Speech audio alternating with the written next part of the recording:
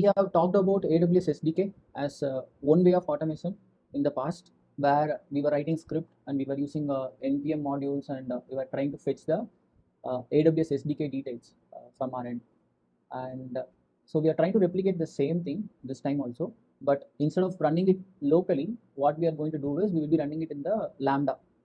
So the benefit you would get is we can go cloud native for any AWS automations, and the use case you can come up with it is infinity.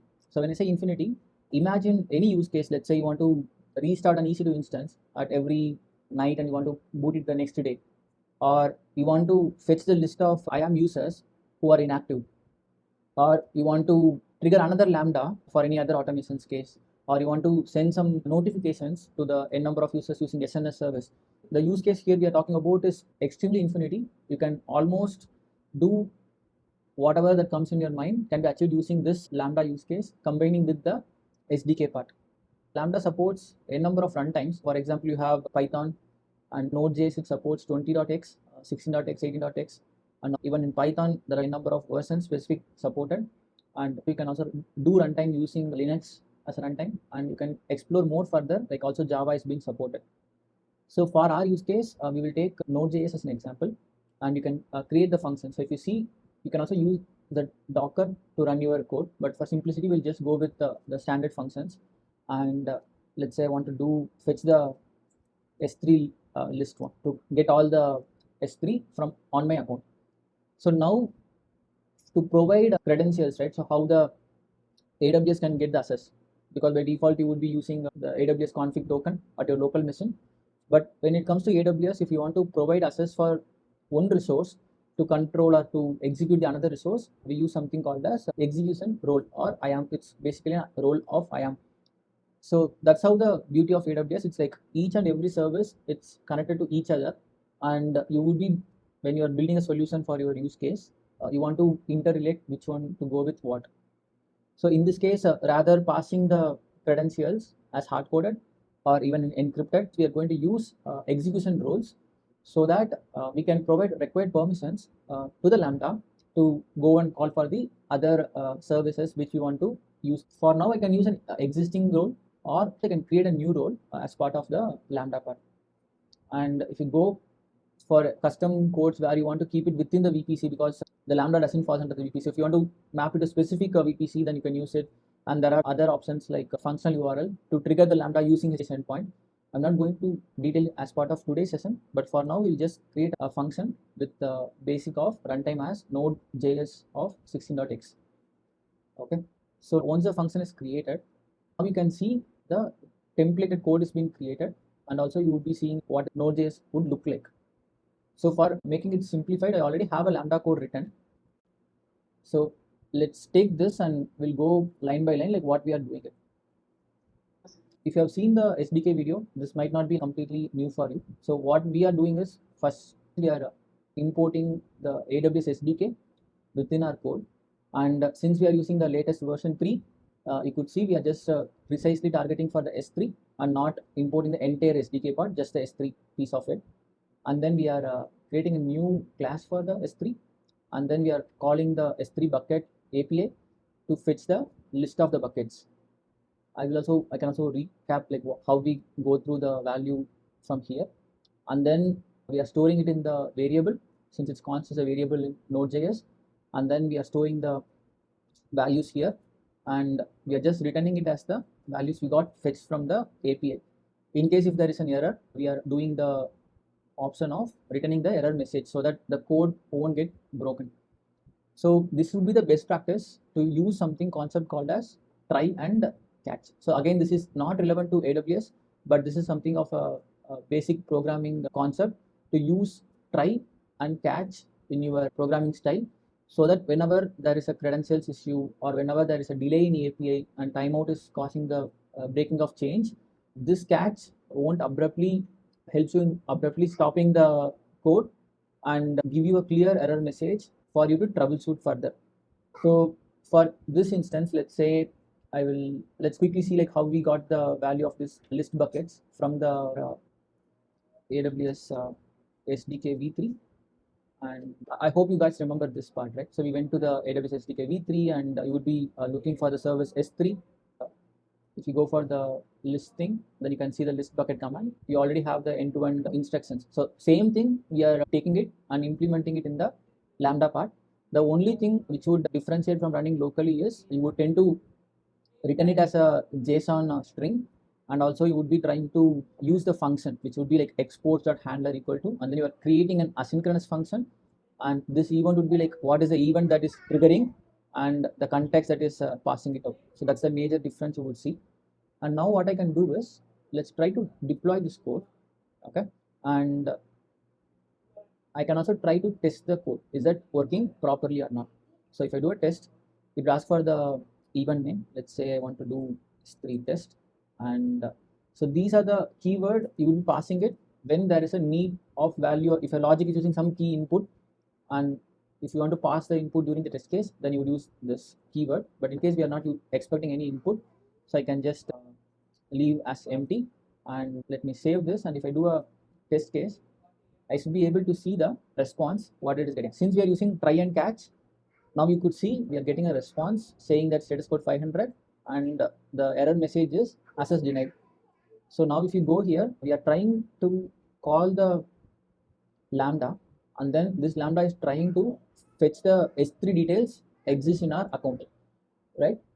And then the error message says we don't have access to it. So if I go for the execution results, it says error access denied.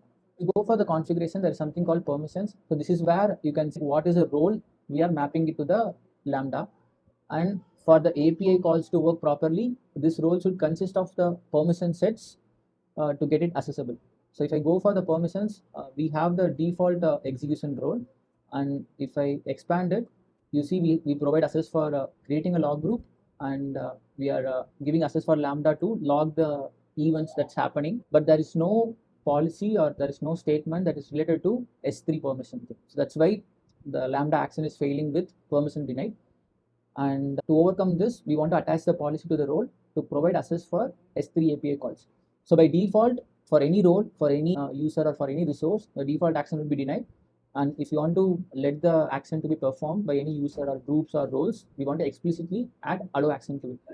So to do that, we'll add permissions, attach policies, and I already have the policy created for S3. So for example, here you can see this is for all the S3 specific action. I also have one thing for full permission. If you need, let me know, like I can do a separate session for how to deal with IAM policies, how you can evaluate, how you can create a least privileged policy as a separate day. But for now, what I'm doing is I'm going to add the policy which I already created for it and mapping that to the IAM role of the Lambda. So now our IAM role consists of two policies, one for the S3 and the another one for the CloudWatch log group events. So since now it is mapped, the updation of policy reflection is quick enough. Like as soon as I add or append the policy, it's going to immediately reflect. And if I go and let's try to test it now. So if I do a test call, we should be able to see we got the response as a JSON, and it lists all the S3 buckets which exist in my AWS account. So same thing you would be using for other automations part, like mapping the right policy, use the right SDK for your AWS automations. So now this trigger I'm doing it manually, right? Like I'm going here and I'm adding, like testing it out. There can be scenario like where you want to do the trigger or at a specific interval of time, or whenever there is a specific scenario occurs. So that's where this trigger comes into picture. So you have a trigger, then you have a destination. So you can add a trigger here, and then you can create a source, like when this Lambda should be triggered. So as you see, like you have a number of trigger available, like you have CloudFront, you have code commit. So you also have like S3. So if you have a scenario like whenever there is a file is updated, or whenever there is, that's what the put is, right? Put and post are like whenever there's a file is updating, then I need to trigger a Lambda to do some XYZ action. Or you can also have triggers like this would act more like the webhook kind of things in the Jenkins pipeline. Whenever there is a code being pushed to the branch or a tag is being created, then you can act as a webhook to run your Lambda part. So there are like n number of use cases which you can interrelate with other services, And if you want to execute it every, let's say, some XYZ duration, then you can use things like event bridge rules. So you can do a schedule expression or an event pattern. Like if I'm going with the regular, like the schedule expression, I can do like a cron job to say that every week or every day or every 1 hour the lambda should be executing. So you can go here and check it out how you can create a rule and how the cron job works for you, right? So we also have a discussion in a separate session like how the cron tab works and how you can use a regular expression for it. So for example, this is one. We're going to use the minute field and hours and things around that. So you can give a regular expression. You can do something like cron off and provide it in this way. So it's going to run your lambda for the specified duration. So that's going to be one way of you can integrate the event bridge to trigger your lambda for a specified duration. Or you can also use other events of other services when this XYZ action occurs, then do this. So even you also have the option to integrate SQS, like whenever there is a message comes into picture, then you want to do it. Or even you have scenarios like SNS where you can subscribe to a specific topic, and whenever there is a message comes to this topic, the lambda can get triggered. So one of the use case I can think about is the AWS offers some IP set list and for the cloud front, and whenever there is an update in the IP set, then you would get notified by an SMS topic. Or you can have your own IP set and you can let the lambda to know whenever there is a change in the IP sets that pushes a note message to the SNS, and then you can do a lambda to update your WAF rules or security groups to ensure that the instance is protected or your WAF is up to date whenever there is a message is coming. The use case is infinite, as I said. All you would need to know is the basic of how you are going to import the AWS SDK within your account and what privilege the lambda needs for the one to occur and what trigger you would need to use for your lambda to get triggered automatically. Okay, so this would really come handy. And so post coming this solution, like whenever there is a automation challenge or something to get automated in the account, this would be like comes very handy. Because imagine a scenario like you can create the lambda using Terraform and put it in the pipeline, and it's going to create the automation so that you don't need to have GitHub actions for the webhook. Whenever there is an event is there, it's going to automatically trigger the code for you. So that comes very handy in real-time use case. So far, the AWS SDK in generic, and now we are talking about placing it here. We also talked about onboarding the AWS in the GitHub Actions. So if you combine all those three, you can come up with a custom project of your own with an example use case like restarting an EC2 instance maybe, or fetching the IAM details. So your imagination to come up of the use case, it's within your limit, and you don't need to stuck within the the work group of AWS providing. You can write your own labs and become your own master of publishing the articles once you tend to expert in it. And here I'm using Node.js for the asynchronous functionality capability. If you are not comfort in Node.js, you can also try to explore in Python to kickstart your automation journey. So that's mostly I wanted to share it for today about AWS SDK and how you can use it in real time. Any doubts so far?